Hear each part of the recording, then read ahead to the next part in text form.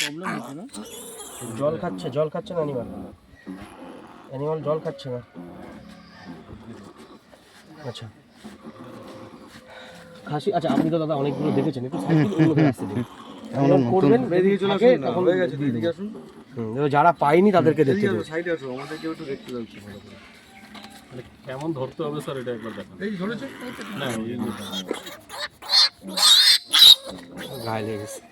আচ্ছা ফার্স্ট হচ্ছে আমি দেখে নেব দুটো টেস্টিক্যালি ঠিকঠাক আছে কিনা, মোটামুটি সমান যেন থাকে, ঠিক আছে। তারপরে এই শক্ত করে ধরে নেবো, ঠিক আছে।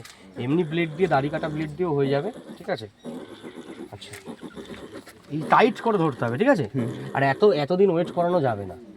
এবার আপনি বলবেন তাহলে আপনার এখানে কেন এতদিন রয়েছে, আমাদের কী হয় যদি আমি এখন সব করে রাখতে এরা, তাহলে আপনাদেরকে আমি কিছু দেখাতে পারতাম না, ঠিক আছে। দেখতে হবে না।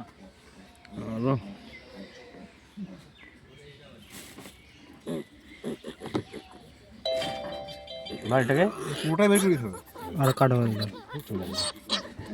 আস্তে করে টানতে হবে না স্যার?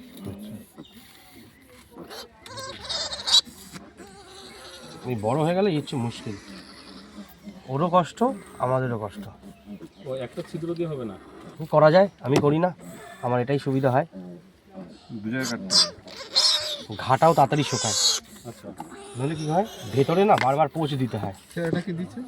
হলুদ, শুধু হলুদ, হলুদ নিজেই একটা অ্যান্টিবায়োটিক।